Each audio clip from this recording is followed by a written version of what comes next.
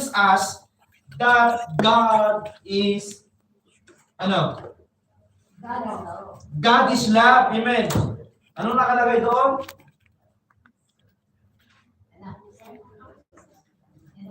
Ay, ano? Ulit ko sana, di ba? Sa inyo po. Whoever does not love does not know God because God is love. Amen. Ang taong hindi daw marunong magmahal, ang sabi? Hindi niya kilala ang Panginoon. And that's why in our conclusion, before I give the message today, ang tao daw hindi marunong magmahal at sinasabi niyang mahal niya ang Diyos, he is sinungaling, a liar. Amen. So mga kapatid, the first facts about God's love is the nature of God's love. Kukunin lang po natin yung phrase na for God so loved. Amen. Kukunin lang po natin yung phrase na for God so loved. That is the nature of God's love. For God so loved. It means, mga kapatid, God's love is self-generated. Hello? Amen. Meron kasi tayong mga bisita, that's why I will speak halo-halo. Masama naman yung halo-halo. Habang lumalalim, Mix. sabi nga ng Igorot, di ba? This Sumamit is na rice sumamit. food, sabi ng Igorot. Habang umununag, umiimas. Di ba? Yung isang Igorot na napunta sa syudad, kumain daw ng halo-halo. English, Pastor, English. This is delicious. Habang umununag, habang lumalalim, sumasarap. Ganun daw yung halo-halo. Bakit? Hindi niya naman kasi minix. Nauna yung yelo, di ba? Then, pagkakapo kasi ng halo-halo nasa ilalim. Kaya nung nasa ilalim na sabi niya, nag-imas mo dati ng makanan. Pag umunod, umiimas. Totoo nga, yung halo-halo, kapag hindi mo minix, kinain mo sa ibabaw, palalim ng palalim, tumatamis ng tumatamis. O, di ba? And that's why this morning, because we have visitors, ayun. English, Pastor, English. Medyo nakaipon ng konti. Amen. We need to upgrade. Amen. So, the first facts about God's love is the nature of God's love. The nature of God's love is, I want to take the phrase, for God so loved. Doon lang muna tayo. Amen. It means God's love is self-generated. Ito yung natura talaga ng Diyos. Ang Diyos talaga ay mapagmahal. Balik-balik ta rin mo ng mundo, ang Diyos talaga ay pag-ibig. Amen. And that's why we read sa verse John 4:8 while ago that God is love. Love, His absolute nature.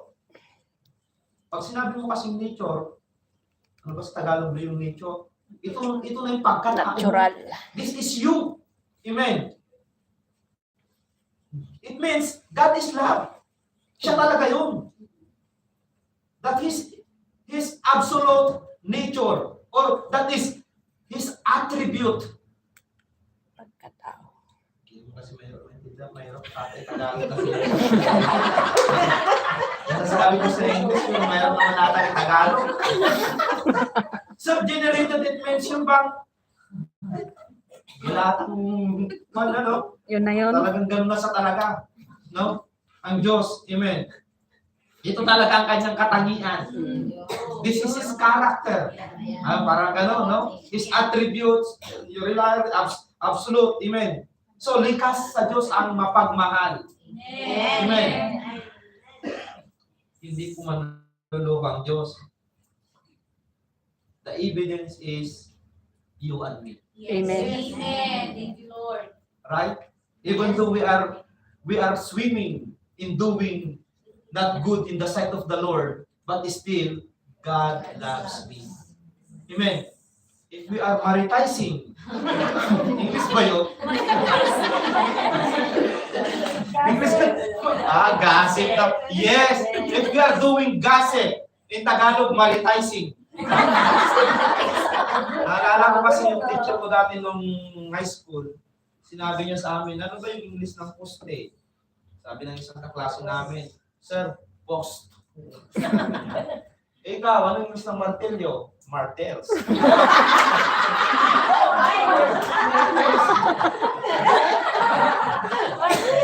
Paano kasi yung isa sabi niya post?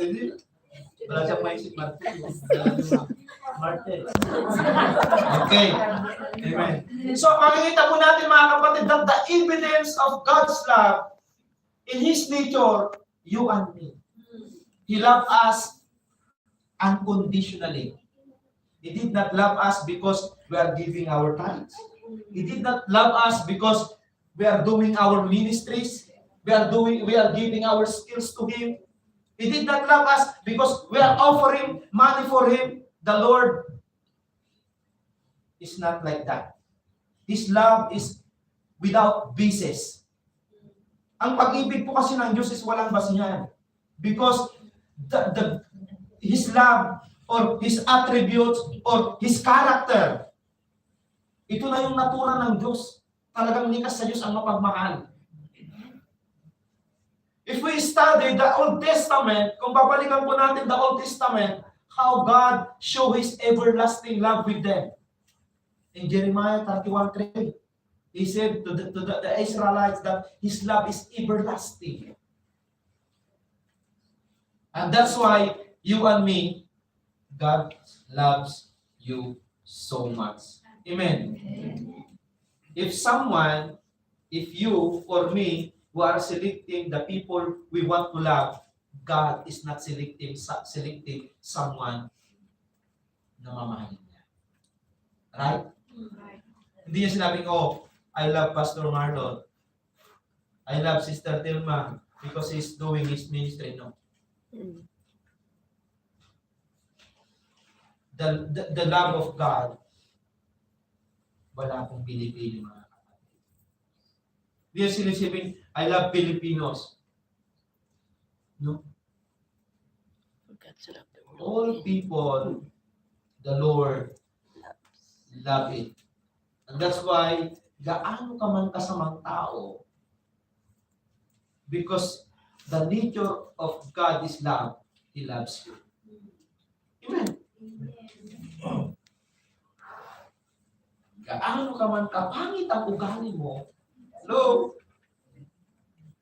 Even though you have a bad characters, still God loves you. Amen. And that's why the Lord is always doing something to touch some people, to waken you up. Right? Still the Lord sending people to show His love with you. It means even though we are not praising the Lord that time, still the Lord loves us. He sent someone or somebody para po magising ka dito ka sa church. Hindi naman natin sino dito nagpagkagising niya, Christian na siya. So, maaaring sabihin mo sa akin, Pastor, when I was a child, I already praising the Lord. Ako nga, mula pagkabata, nandun ako sa church. But when I reached high school, I forgot the church. Only I go to the church because my mother tell me, go to the church. Hello? But deeply within my heart, I'm not doing my part as an attendee of the church. Oh, Brother Marlon, testimony na. Hindi ko alam yan. Wala sa puso yung ginagawa ko. But still the Lord loves me. And that's why He touched someone or somebody to bring me in the church. Because high school time, I forget the church. Oh, I go to the vices. Drinking, alcohol, everything. No? But still the Lord loves me. Even though I'm doing not good, the Lord used someone to bring me up in the church. That's the love of God. That is nature. Talagang, yan na po talaga yung attributes niya. Amen. God's love is without question an essential attribute. Wala kang maisusumbat sa pagmamahal ng Diyos. Sino ba mag-question sa pag-ibig ng Diyos? we have the right to question the love of God? Lord, Pastor, natatanggal naman ako sa trabaho. Pastor, nawawalan naman ako ng pera. You mean if you don't have work, the Lord does not love you?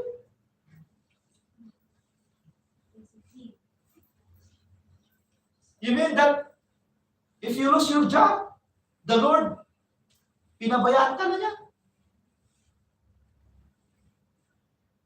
Hello?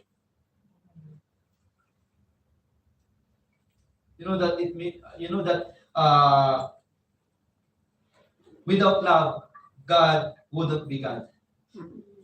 Huh? He was made of love. Yes. Without love, God wouldn't be God. You know that the Father loved the Son too much. The Lord Jesus Christ, di ba? And that's why also the Son obeyed the Father because of love.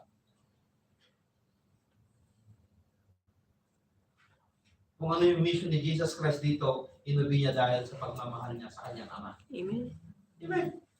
Give and take. And that's why love is give and take.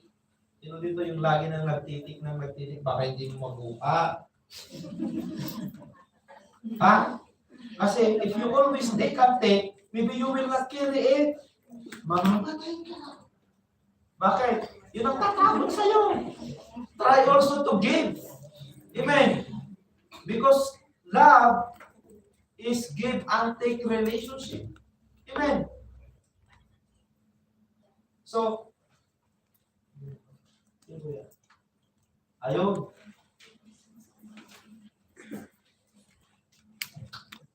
Love is not something we invented and cultivated. Di naman natin inimbento yung pag-ibig. Di ba nakita naman natin sa Bible that God is love?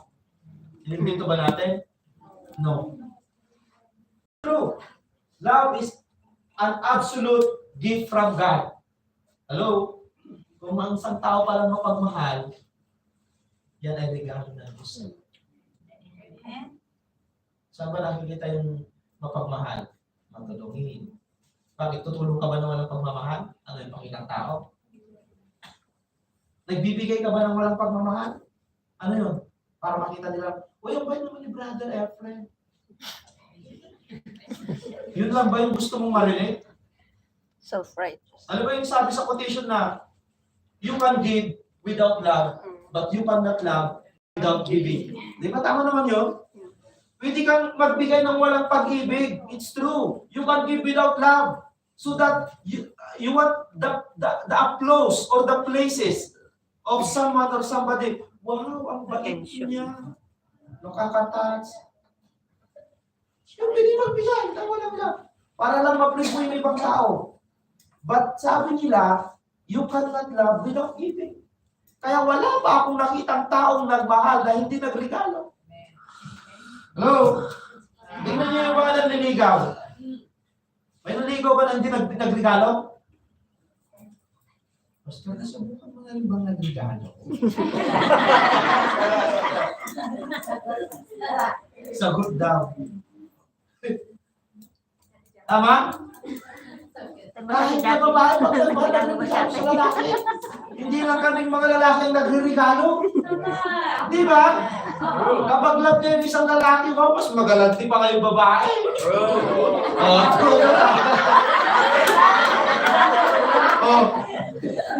Namin naman ang mas guripo. Di ba? Minsan mas galanti pa yung mga babae. Ang bulat ka na. May Apple Watch ka na dyan. Sana ako itawag si Pastor Mike. So, di ba? And that's why we cannot without giving. Ano? Tingnan niyo yung pagmamahal ng Diyos sa atin. Ano yung binigay niya sa atin?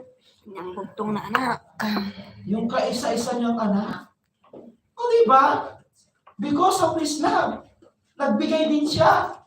And that's why pag kayo po nagmamahal, basta magbibigay tayo ng kami. Yes. Pero hindi ko na ako naniniwala may nagmahal na hindi nagregalo. Lahat ng nakita ko nagmamahal, yung iba pa, sinusundo sa trabaho, pinagdulog ko ng baon, pinaglalaba, woo! Napakaswerte naman nila, Pastor. Hindi po yung swerte. Kaya nga pag nandun ka sa flat, may kasama, ang swerte naman ng girlfriend ko, yung boyfriend dito, lagi kasama yung pag nagtokal. Ganda naman piniprepare mo. Kaya magtanong. Diba?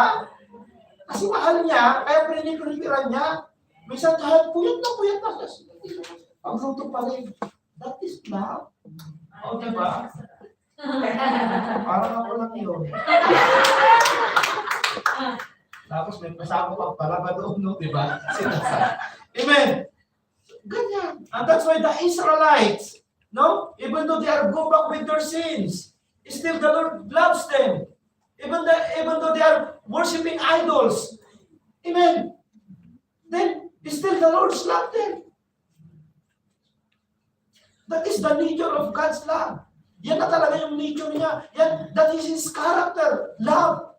And that's why I tell you, while ago that without love, ano sabi ba nila? Cannot give. Ha? Oh, nakalimutan niyo na. Without love, ha? Without love, God wouldn't be God. O sige, para hindi tayo matala. Yun. Oras na ba? The object of God's love. Kanina, the nature of God's love, ang kinuha ko lang, for God to love. Yun lang, di ba? For God is to love. Then, the nature of, the object of God's love is for God to love the world. It means, the object. Ano ba yung object?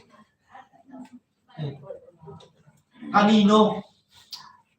The world. The world. Amen. For God so loved the world. Kanina, His nature is love. Di ba? The nature of God is love. Na? The object of God's love is The world. the world. We. Pastor, ano yung world? Why the world? Why the object of God's love is world? You know that John is speaking not the literal world. Yes, we. The people living in the world. We. Amen. And that's why the object of God's love is you and me. Tama? Amen. You and me.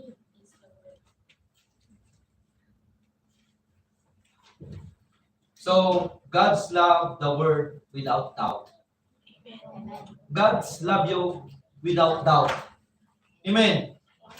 God loves all people. Amen. That's why He sacrificed His one and only Son, Jesus Christ. Alam niyo po bang talagang ang Diyos ay mahal tayong lahat, even the unbeliever, not only with us? Maybe we are thinking, God loves only the believers, the people who worshiping the Lord. No. The Lord loves all people. Hindi lang po tayo nandito sa loob na nag-worship sa Lord sa church.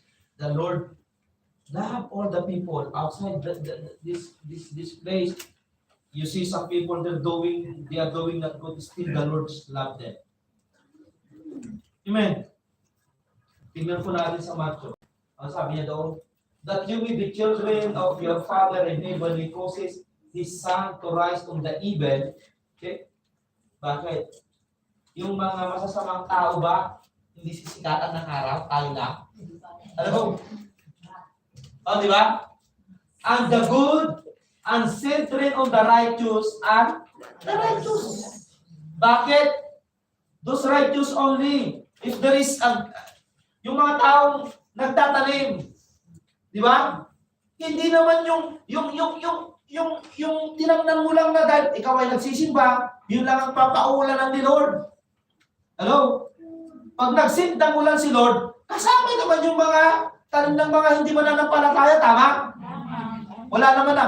Dito yung yung lupa ni Sister Tilma, dito yung maisan niya, ito yung hindi mananampalataya, ito naman si Brother Gato. Ito lang yung uulan, napipili yung uulanan? Hindi! Hindi! Amen! Kaya ang sabi dito ni Matthew, mga kapatid, that you may be children of your Father in heaven, He causes His Son to rise on the evil and the good. and send rain on the righteous and the unrighteous. It means the Lord is sending rain to the plant of the righteous and the unrighteous. It means His love is walang pinagkaiba. Hello? Ang pagmamahal ng Diyos walang pinipili. Hindi ibig sabihin, ikaw ay nagsisimba ay mas mahal ka ng Diyos. No. Kung tayo po ay may pinipili, ang gusto nating mahalin yung laging nakakatulong sa atin, yung lagi nating nautangan, banks. Yun ang gustong-gusto nating mahalin, hindi po maganda yan. Ha? Yung laging nakaagapay sa'yo pag may problema ka, hindi po yun lang. Anong tawag mo daw? Kumukuha ka lang ng sandalan mo. Parasite. Paano kung hindi ka niya matulungan? Paano kung hindi ka niya na mapautangan? Kanya-kanya muna tayo, sister. O, di ba? Hindi po ganun ang pagmamahal ng Diyos. Ang pagmamahal ng Diyos, mananampalataya ka man o hindi, parehas tayong minamahal ng Diyos. Amen. Because the object of God's love is you and me, the world. At kaya sabi niya dito, for God so loved the world.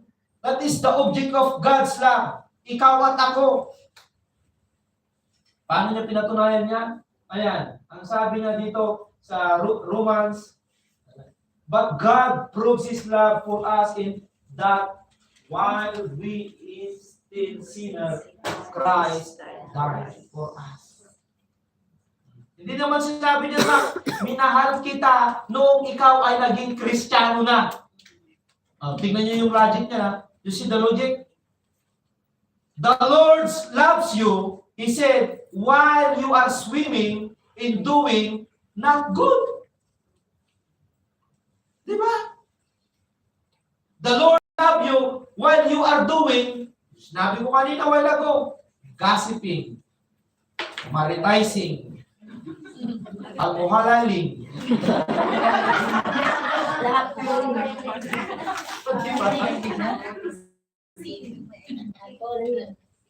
But we still... Amen. Wala namang mababasa sa Biblia na minahal tayo ng Diyos dahil tayo ay mabuti. Hello? The Lord does not love us if we are doing good. No. He did not say in the Bible. The Bible tells us that the Lord loves us even though we are sinners. Amen.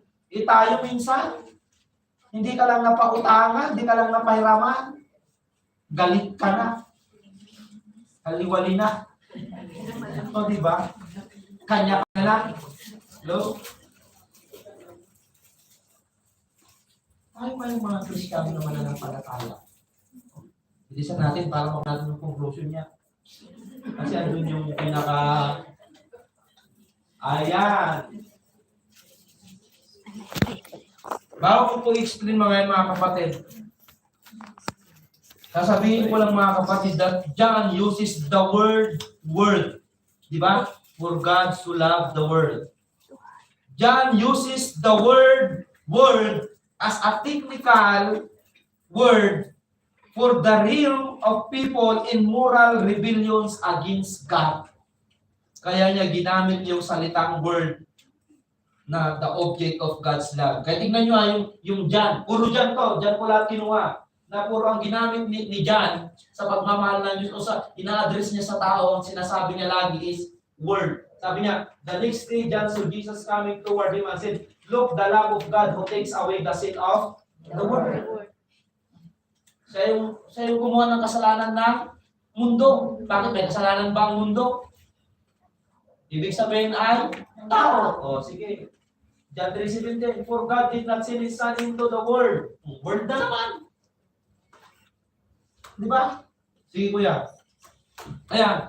They said to the woman, we no longer believe just because of what you said. Now we have heard for serves. And we know that this man is the Savior of the world. Tignan nyo si John. Sinabi ko, John uses the word as a technical dahil po sa rebellion ng tao. Kasi, daming makasalanan talaga. Even in their time. Amen. Tignan nyo.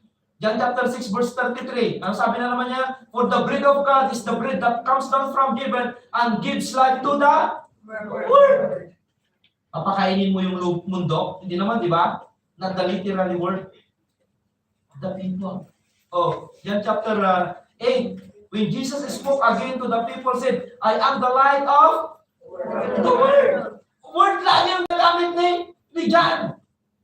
John chapter 9. While I am in the world, I am the light of the world. O, tingnan nyo. Puro word. Pastor, hindi isa-isa ko parang binaya. Kaya nga sumakit din pa ang ulo ko. O, John chapter 19. 59. As the Father has loved me, so I have loved you. Now remain in my love.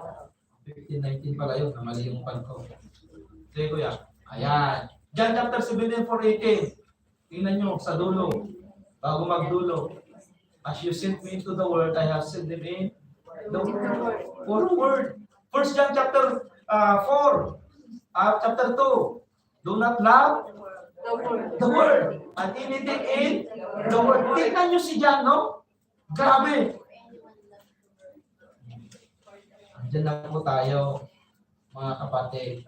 God's love, not because the object is lovable. Amen. Hindi ka minahal ng Diyos dahil magaling ka. Magaling kang mag-ayos ng kilay. Hindi ka minahal ng Diyos dahil maputi ka. The Lord does not love you because of your colors. The Lord loves us pare-pareha. Amen. Balanse po. The world is not the recipients of God's love because it is so worthy. Hindi tayo minahal ng Diyos dahil talaga karapat-dapat tayo. Hindi. Nakita nyo naman yung basehan kanina mga kapatid, that the Lord loves us while we are still sinners. Amen. Number 3. Ayan. The demonstration of God's love. For God so loved the world that He gave His one and only Son. Doon tayo sa He gave His one and only Son. That is the demonstration of God's love. It means that is the proof of God's love. He gave His one and only Son. And that's why I tell you a while ago that we cannot love without giving. We can give without love, but we cannot love without giving. And that's why the Lord loves us so much, even though we are swimming, we are doing not good, maritizing, gossiping, anything that is not good in the sight of God and in the sight of our fellow human, but still the Lord loves us.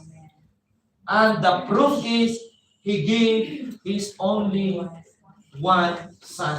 That is the demonstration of God's love. So, tayo, how do we apply God in our lives? When someone helping us, then, I love you, sister, because you give me something. I love you, sister, because you help me find a job. I love you, sister, because you need money, something for me. I love you, sister, because you always giving me aid in time of my needs. How about this sister? If she will not help you, I give you, sister. No pansinan. Pag nagluto, tinatago na. Ha? Lalabas sa lista. Mo. Lalabas na pagbalista. O, diba? Nung wala na kaya, nung pinagdadamutan siya, mamahalin mo pa kaya?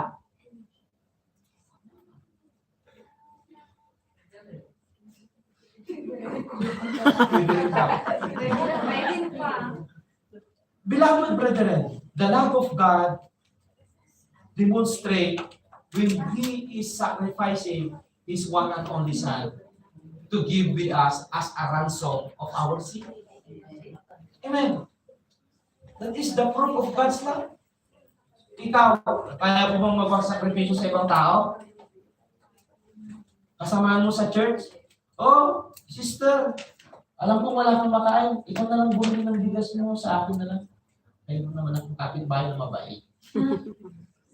O sa'yo na lang itong 20, dapat panggastos ko ito eh.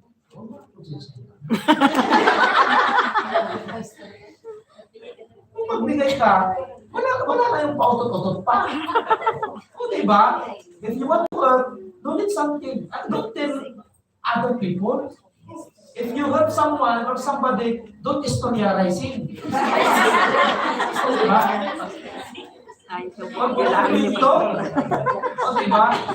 Ang sabi nga ng Bible, kapag tumulong ka, alam ng Diyos yun. Amen. Yes. Mga kapatid, how you demonstrate your love? Sa mga partner nga natin minsan, ay, sino yung mga partner dito? Naku, natatakot yun. Hindi naman kasi sabihin ko. Diba? How we demonstrate our love with them. So, nakalimutan ko pag anniversary. Pati nga rin ako eh.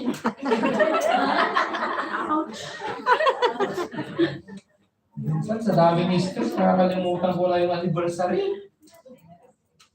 Kaya nga eh, no? But one way to demonstrate our love for our partners, our friends, is remembering their birthdays. Hello? Yung iba nga, nag-birthday yung kaibigan niya sa Facebook, hindi man lang masabi niya.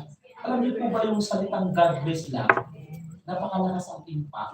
Ako kahit kaibigan ko lang sa Facebook na hindi ko nakaka-chat, friend ko lang, pag nakita ko nagpapat may birthday siya, talagang nagbibigay ako ng message na, Happy birthday, God bless you. Bakit? Yung salitang God bless na yun, nakakapagpapit. Yes. At tignan mo, may kaibigan ka sa FB kahit hindi kayo magkakilala ng matagal o hindi mo gaanong friends. Basta FB friends lang talaga ng mutual friends lang.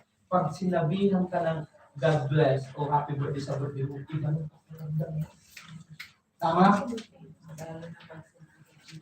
Hello? And that's why mga kapatid, being a Christian, being a followers of the Lord Jesus Christ, we need also to apply this kind of love. Amen. Subukan din naman mag-God bless. Mag-happy birthday. Amen. Asa na ba tayo? Demonstration na tayo. Patapos na. Ilang oras pa ba ako? Patapos na tayo. Tayo mag-alaga. Na-demonstrate na, no? Because God loved the world, He gave His Son. Amen. Because Jesus loved the world, He obeyed His Father. Amen. Because the Spirit loved the world, He bring us to the Father through the Son. O, nakita niyo yung trabaho ng tatlo? Yung mag-aama? Oh. Because God loves the world, He gave His Son. Tama? Because Jesus loved the world, He obeyed His Father to give His life. Amen. Nakita niyo? Because the Spirit loved the world, He bring us to the Father through the Son. Amen. Yung trabaho ng Ama, dahil mahal na mahal tayo ng Diyos Ama, ibinigay niya yung kanyang bugtong na anak para kapalit ng ating kasalanan. Tama? Because of His love. Then dahil naman sa pagmamahal ng Panginoong Hesus-Kristo sa atin, nag-ubi siya sa kanyang Ama. Hindi niya pwede sabihin, bakit ako yung iriligano? Ipapalit mo sa buhay nila o sa kasalanan nila. Hindi. He obeyed. And because the Spirit of God loved also the world, anong trabaho niya? Siya yung nagdala sa atin sa Panginoong Hesus-Kristo. Paano? The Spirit of God convicting our heart, convicting our mind, convicting our souls. Di ba? Minsan nakakaramdam ka nagkaroon ka ng konsensya. Pag may narinig kang ng Christian music, natatats yung puso mo. That is the work of the Holy Spirit. Nakita niyo yung kanila, yung sequence ng kanilang pagtutulungan, mga kapatid. Amen. And that's why we are so very thankful because the Lord loved us so much. Amen. So our love must be active also. Amen. Hello? Our love must be active also. It cannot be in word.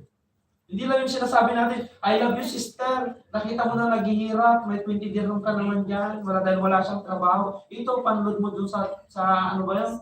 Sa bus card mo. That is love. Sometimes we love only because of sympathy. Ha? Lagi yung sympathy? Puro simpatya lang. Madali lang magsimpatya. Nakakaawa naman si sister. Madali lang maawa. O, diba? And that's why our love must be active. Not only in word, but in deed. Pag sinabi mo, trabaho naman sister, nawalan ng trabaho, walang pabayad ng bahay, walang pambili ng pan. Kung mayroon ka naman, ito sister, pambili mo ng mantika. Samahan mo na rin ng toyo. O baka may baboy ka pa. May tinatapos na lahat dito sa bahay. Ano? Okay ba? Wala namang problema. Mahal mo nga eh. Kaya nga active dapat yung pagmamahal. Hindi, naku, nakakaawa. Nakakaawa talaga. Yun. Hindi lang simpatya ng simpatya. Amen. To love like God, love is sacrifice. Ayan. Ayan pala. Because sacrificial love is the foundation of Christian relationship. Amen. Love. Sige, number 4. Oh, the outcome. Ito yung maganda, lahat naman gusto natin outcome. Di ba? The outcome of God's love. Alam niyo na siguro kung ano yung outcome. Yung nature for God's love. Yung pangalawa, yung object muna for God's love the world. The demonstration for God's love the world, He gave His only Son. That is the proof. The outcome of God's love. Ano na yung outcome niya dyan? You will not perish. Amen. But you have eternal life. That is the promise of God. Kung yung boyfriend mo nag-promise na sisipot ka pag birthday mo minsan hindi ka sisipot, siguradong galit naman. Di ba? May di ba magagalit? Kung sinabi niya ipagluluto at hindi mo na pagluto, ay, Diyos ko Lord, bukod ikararama timang mo.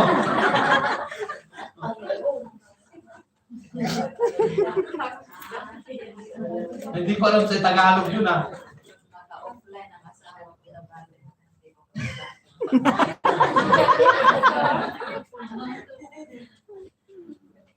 Alam niyo mga kapatid, napakaganda po yung promise ni Lord dito. Ha? Napakaganda po yung promise ni Lord dito mga kapatid. The outcome of God's love, you will not be destroyed. You will be saved. Amen. It means that because of His love, talagang bigyan tayo talaga ng, ano ba yun? Assurance. Assurance to be saved. Assurance of salvation. Pero nasa sa'yo na rin. Yung pagmamahal nito. Nakita niyo yung outcome. Eternal life. Kung among you don't want eternal life, maybe all of us, we want to have an eternal life. Right? All of us want to be saved. Hello? Bakit ka pumunta dito? Why you come here? For the family. For the Huh? sake of family. Why you come here? Para maligtas. Worshiping the Lord? But what is the very purpose? Nalito To sila. sit, to relax. Ano? The love of the Lord. To rejoice. to praise and worship Him. But the very purpose why we are praising the Lord is we want to save our life. Amen. Right? Pag pumunta ka lang ba dito para kita ko sana yung ayos To na see them. pastora. Hindi naman hindi yung ganun, di ba?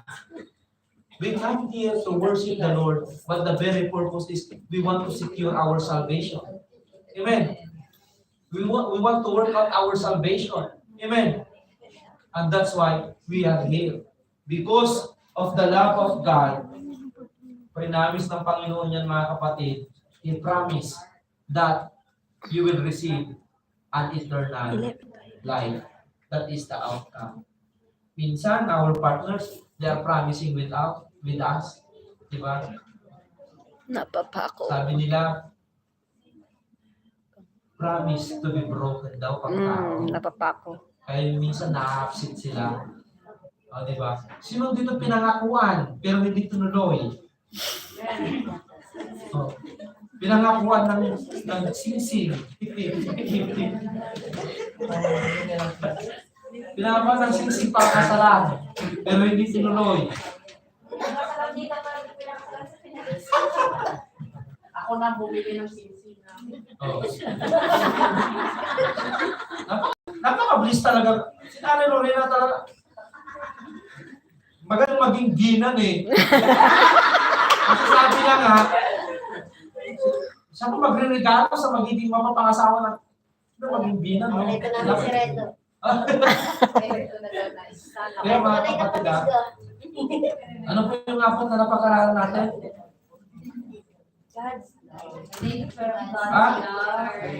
Nature of God's love, na talaga yung Diyos talaga ay mapagmahal, na kahit anong ginagawa natin, makasalanan man tayo, we are doing something not good in His sight, still the Lord loves us.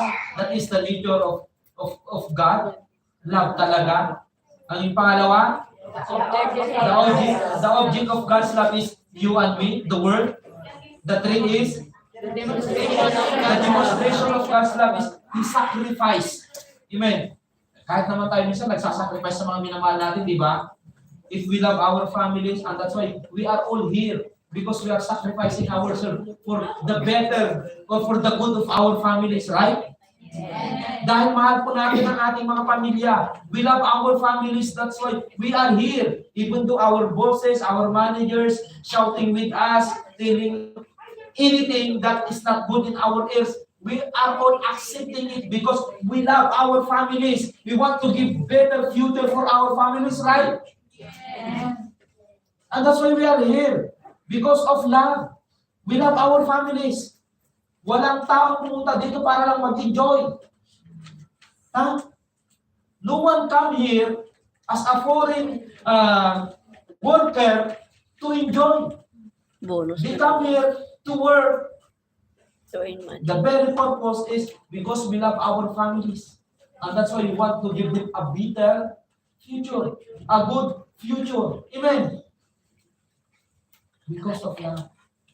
And that's why the demonstration also of God's love is very sacrificial.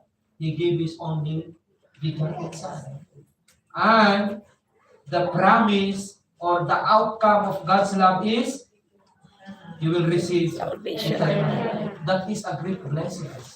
Amen. That is a great blessing. And the conclusion is, ayan, God's love is loyal, unconditional, sacrificial.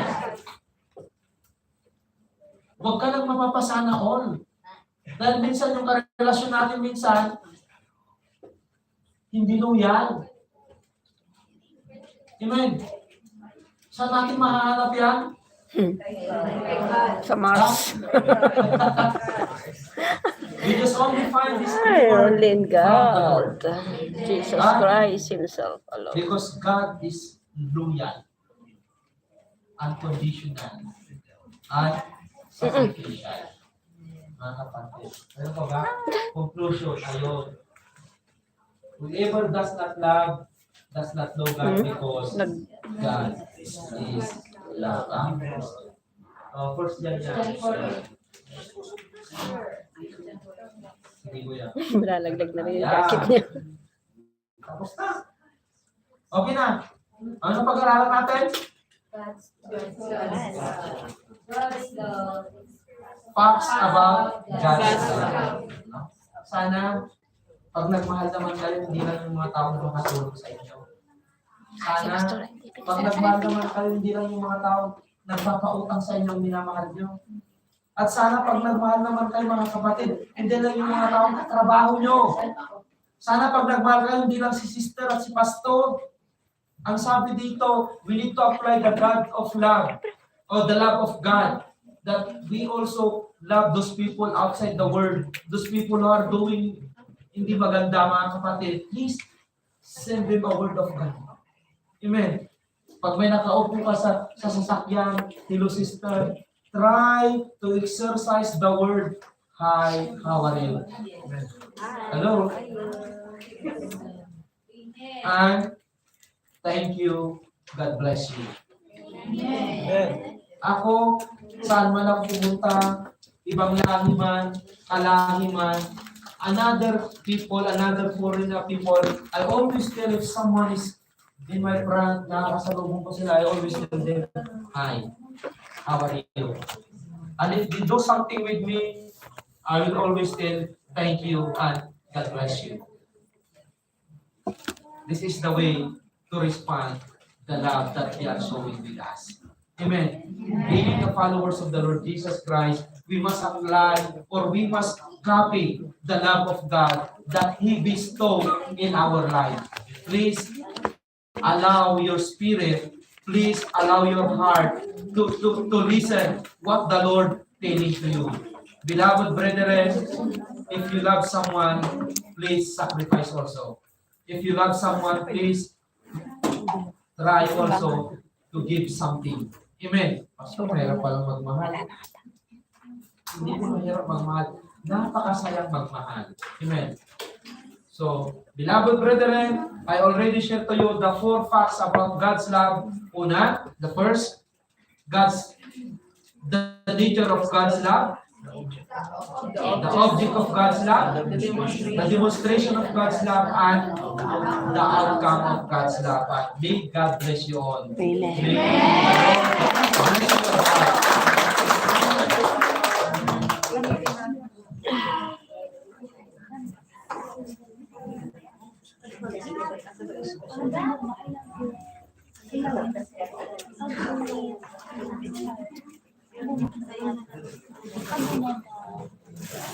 Praise God, hallelujah. Napakaganda po yung mensahe mga kapatid. Ang pagmamahal po ng Diyos sa atin. Wala po talaga katumbas. Hindi po natin yan kayang bayaran. But God is asking our life, di ba, to offer ourselves also as a living sacrifice sa ating Diyos na buhay. So, palakpakan po natin ang Panginoon ito sa oras na ito mga kapatid. Ayan. Parang hindi sila masaya. Parang hindi sila masaya. So, tayo po ay narapon na po sa ating pagbibigay. At oras naman na po para papurihan po natin ang ating Diyos na buhay through our giving. So, hallelujah. So, amitin na lang natin yung Lucas 6:38, mga kapatid. Habang ibinibigay po natin ang ating mga kaloob sa Panginoon. So, this is one way to show our love to God po.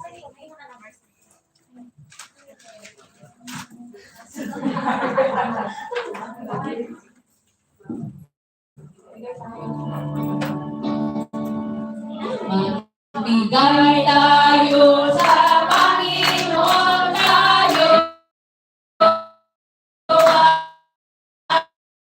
ay magsising, ibigyan umaapaw, Panginoon tayo ay magbigay.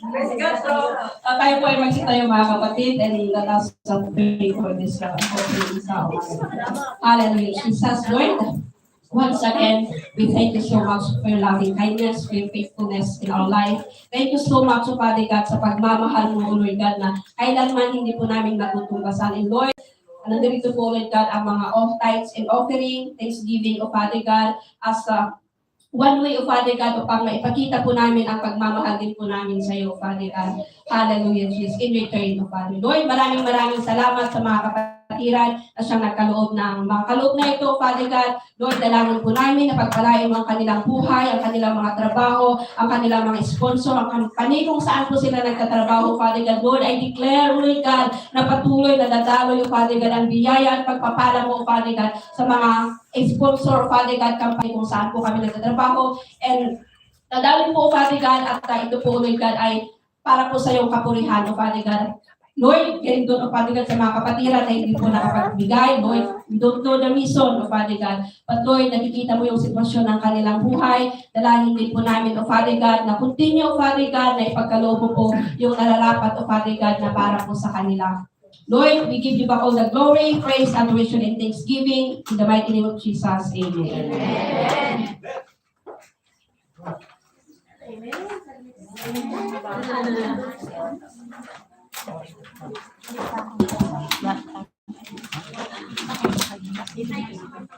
Amen.